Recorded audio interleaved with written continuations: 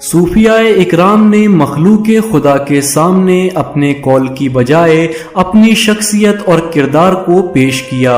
انہوں نے انسانوں کی نسل، طبقاتی اور مذہبی تفریق کو دیکھے بغیر ان سے شفقت و محبت کا معاملہ رکھا۔ جماعت صوفیہ کے مقتدر مشائخ میں ایسی بھی ہستیاں ہوئیں جو اپنے لافانی کارناموں کی وجہ سے ممتاز ہوئیں، جیسے 11ویں صدی ہجری کے مقبول زمانہ بزرگ حضرت محبوب جل علا سرتاز آگرہ حضرت سیدنا امیر ابوالعلا سرکار قدس اللہ سرہ العزیز، جن کی ولایت و کرامات اور فیضان سے ایک زمانہ روشن ہے۔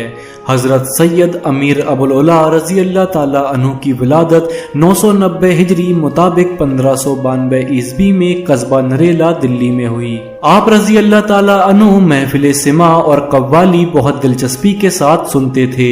دوران سماع کئی کراماتوں کا ظہور ہوا، جیسے کہ ایک شخص منکر سماع تھا اور قوالی سننے کی وجہ سے اس کے خیالات حضرت سیدنا امیر ابوالعلا سرکار کی ذات پاک کی نسبت سے اچھے نہیں تھے۔ ایک روز اچانک وہ شخص محفل سماع میں پہنچ گیا تو حضرت سیدنا امیر ابوالعلا سرکار نے قوالوں کے ساز و سامان اور آلات موسیقی یعنی مزامیر کے سامان کو ایک حجرے میں بند کرا دیا، لیکن اس محفل میں ایک درویش نے حالت وجد میں ایک نعرہ بلند کیا اور نعرہ بلند کرتے ہی موسیقی کے آلات یعنی ساز خود بخود بجنے لگا۔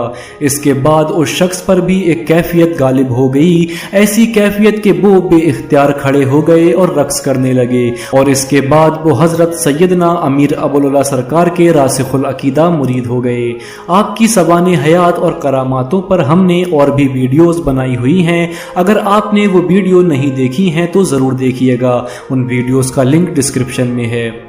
ایسا ہی ایک واقعہ ہم آج کے اس ویڈیو میں آپ کے لیے لے کر حاضر ہوئے ہیں کہ جب کچھ ایسے لوگ جو سماع اور بزد پر ہنستے تھے اور مذاق بناتے تھے، وہ جب سیدنا امیر ابوالعلا سرکار کی محفل میں پہنچے تو ان کے ساتھ کیا ہوا، یقیناً یہ واقعہ سن کر آپ کا ایمان تازہ ہو جائے گا اور عقیدت اولیاء اللہ سے اور بھی مضبوط ہو جائے گی۔ السلام علیکم العارفین صفحہ نمبر 87 میں ہے کہ ایک روز حضور سیدنا امیر ابوالعلا سرکار کی مجلس اقدس میں بزد و حال کا غلبہ تھا۔ کچھ منکرین اور گستاخ بے ادبی کرنے کی نیت سے محفل میں آئے، وہ صوفیوں کو دیکھ کر ہنس رہے تھے اور ان کا مذاق اڑا رہے تھے۔ جب حضور سیدنا امیر ابوالعلا رضی اللہ تعالی عنہ پر جذبات الہیہ کا غلبہ ہوا تو آپ اٹھ کر اپنے حلقے میں گھومنے لگے۔